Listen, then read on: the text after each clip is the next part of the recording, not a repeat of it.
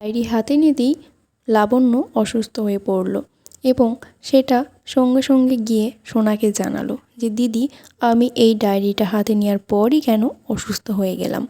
সোনা তখন ভাবলো যে এই ডায়েরিতে কেন কী এমন আছে যে লাবণ্য অসুস্থ হয়ে পড়েছে। তখন তার মনে পড়ল যে তার বাবাও কিন্তু ঠিক একইভাবে অসুস্থ হয়ে পড়ে। তখন সোনা ভাবতে লাগলো, তাহলে কি ডায়েরির মধ্যে কিছু আছে যেটার জন্য তার বাবা দিন দিন অসুস্থ হয়ে পড়ছে। সোনা এটা নিয়ে ভাবতে লাগলো। ঠিক তখনই উর্মি এসে ডায়েরিটা ওদের কাছ থেকে নেওয়ার চেষ্টা করলো। উর্মি যখন এলো, সোনা তাকে প্রশ্ন করলো, কাকিয়া, বাবা যেদিন ফিরে এলো তুমি তো এই ডায়েরিটাই বাবাকে দিয়েছিলে তার অভিজ্ঞতার কথা লেখার জন্য।